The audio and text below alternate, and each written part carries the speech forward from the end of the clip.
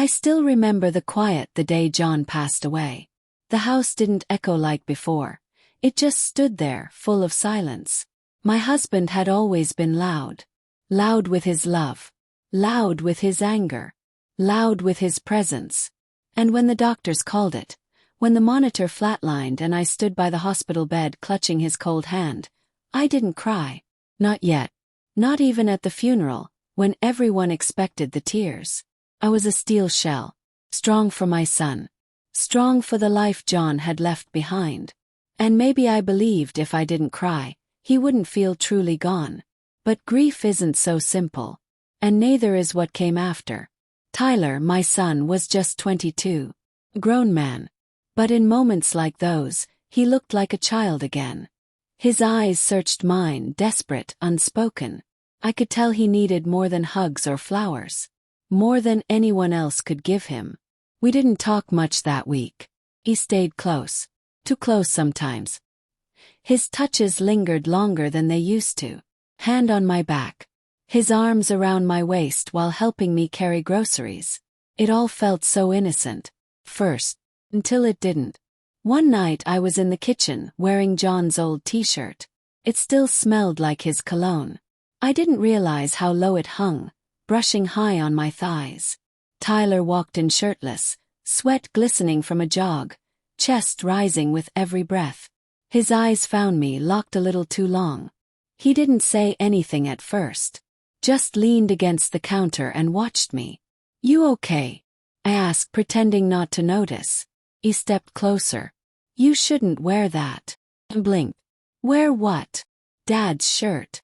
Too big on you. Makes you look small. Vulnerable." I couldn't believe how that word made me feel. Vulnerable. Desired. "Maybe I like feeling small," I whispered, not thinking. His eyes burned into mine. "You were never small, Mom. Not to me." Then he left. Just like that. Left me standing there, heart hammering, legs shaking. That night I couldn't sleep. My mind spun in guilt and desire. I kept telling myself it was grief. Just confusion. But deep down, something had already cracked open. Something I'd buried for years. Tyler had always resembled his father. But where John had been rough around the edges, Tyler was soft-spoken. Protective. Intense. That night I dreamt of him. And it wasn't motherly. It wasn't right, but it felt too real. The next morning we didn't talk about it. Days passed. Then weeks. I tried to keep my distance.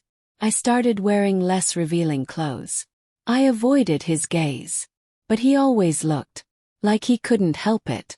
One Saturday afternoon, I was folding laundry in the living room. Tyler came in behind me, watching quietly. He picked up a pair of my silk panties. Held them in his hand for a second too long. "You used to wear these when Dad was alive." My breath caught. "Yes." He walked around the couch slowly, his voice low. "You haven't been with anyone since. Have you?" I shook my head, heart pounding. "Of course not." He nodded, eyes unreadable. Then, "Can I ask you something?" I didn't speak. He stepped close, so close I could smell the soap on his skin. "If I wasn't your son, if we'd met somewhere else, would you have looked at me the same way?" I turned away, whispering, "Don't say that." He didn't stop. "Because I dream about you. Every night. And I'm not sorry." I spun to face him. "Tyler, stop." But then he kissed me. It wasn't aggressive. It wasn't a son's kiss. It was soft, trembling, full of pain and longing. He pulled away immediately, regret on his face. "I'm sorry. I just need you. Not just as a mom. I need all of you." I slapped him.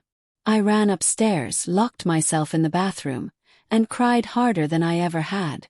Because the worst part wasn't that he kissed me. It was that I kissed him back. For days I avoided him. He gave me space. But his silence felt heavier than his presence ever did. Until one night, I found a letter on my pillow. Handwritten. "Honest. You've given me everything my whole life. But I lost the man who taught me how to be one. Now I only have you. I'm not asking for what I shouldn't. But I'm begging for your heart. Your real heart. If there's a part of you that feels the same. I'll wait. I held that note to my chest and cried until dawn. I couldn't fight it anymore. The next morning I walked into his room. He was shirtless again, asleep, tangled in sheets. I stood at his doorway like I used to when he was a child. Then I crossed the room. I sat beside him, brushed his hair back. He woke slowly, blinking at me. "Mom." He nodded. "I'm tired of pretending." His hand found mine. I whispered, "You asked for everything. You already had it. I just didn't know it yet." That summer was the hottest one on record, and not because of the weather. Every stolen touch, every hidden kiss. It was dangerous, reckless, but it felt like the only truth left in my broken world. We cooked together, danced barefoot in the kitchen. He traced my stretch marks with his lips like they were sacred. I touched his scars from football, kissed his forehead when he had nightmares. We weren't mother and son anymore. We were something else. Secret. Fire. One night during a thunderstorm, he undressed me slowly by candlelight, whispered that I was beautiful, that I was his first real love.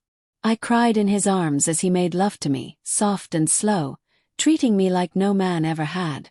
Not even his father. That moment changed everything. We decided to move away. A small house by a lake where no one knew our names.